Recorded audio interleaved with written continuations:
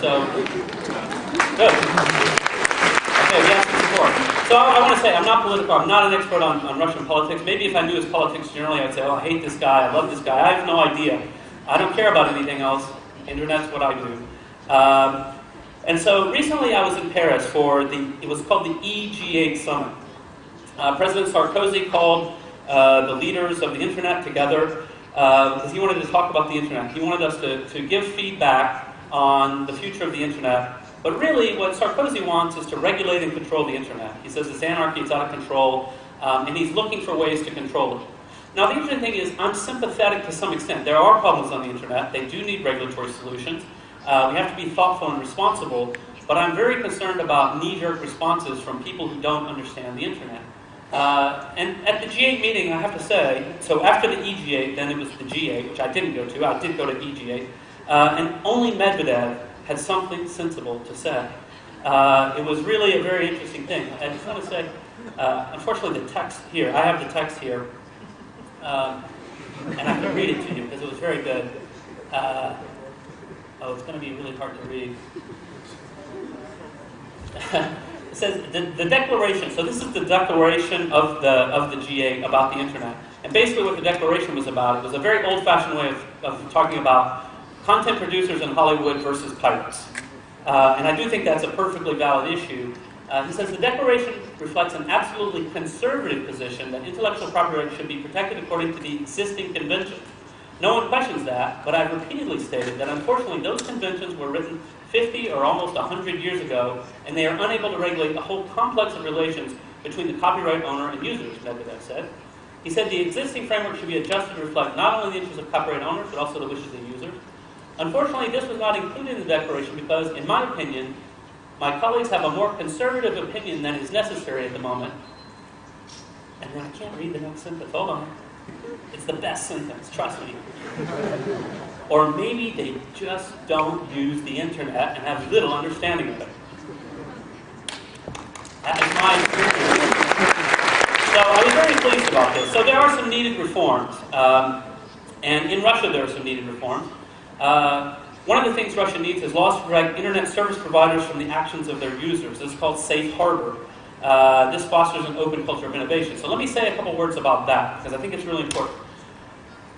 So on the internet, you have an internet service provider like Wikipedia or like any kind of message board site or anything where people can participate. And the question is, what if a user types something really bad? Is the internet service provider responsible for it?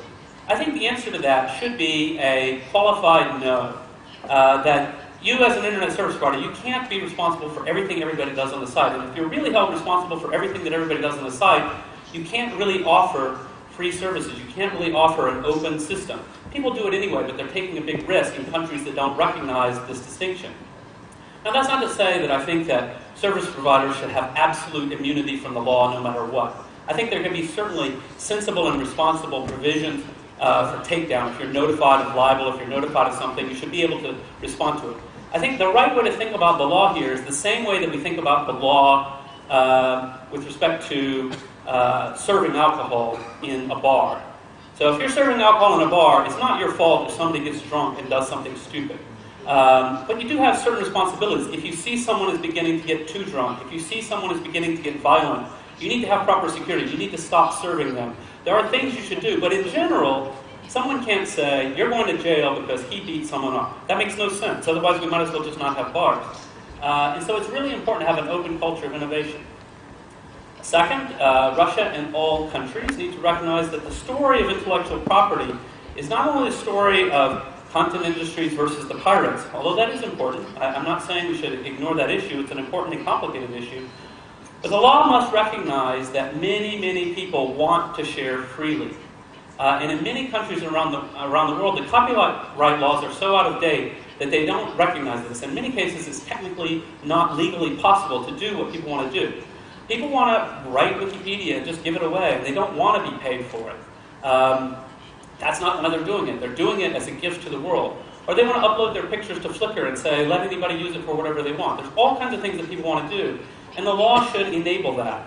And so what is the good news? The good news is that alone among world leaders, I said, well, I was feeling very dramatic when I wrote this. Your president, Medvedev, is bringing these important issues to the table.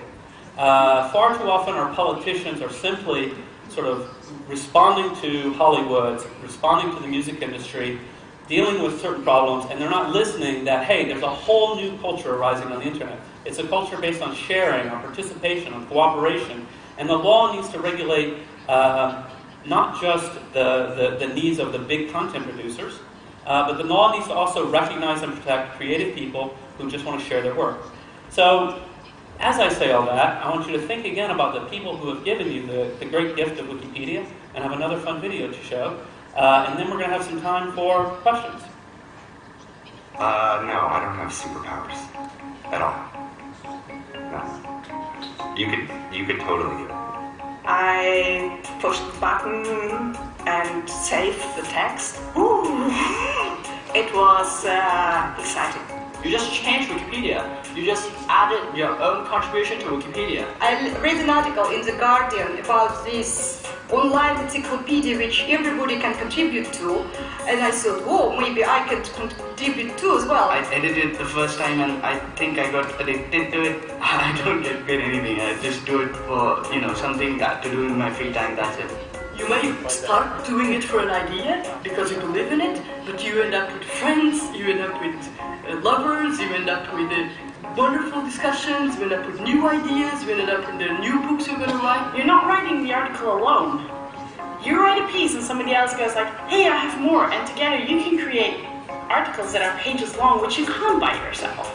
Then you have success. You always see, okay, what I've done was successful, and this is great, because, so editing is a great feeling, every time you do it. As I say, when I read about Wikipedia, I decided this is maybe where I would fit in, and I did.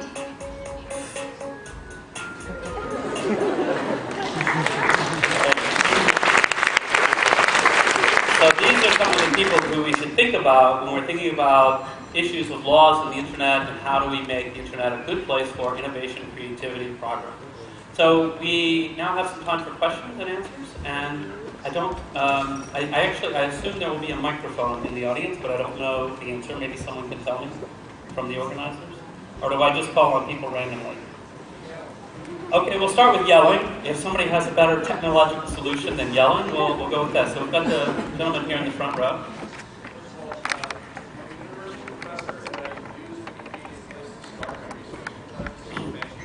You're welcome. Take the Wikipedians, not me. Two big questions for you. One, sitting about 2 seats away from somebody who is 100%. I'm terribly sorry, I would have to interrupt you because it needs translation, and I would probably help you, alright? Oh. Do you mind? Because there are a few people that don't speak very well English right here. Okay, perfect.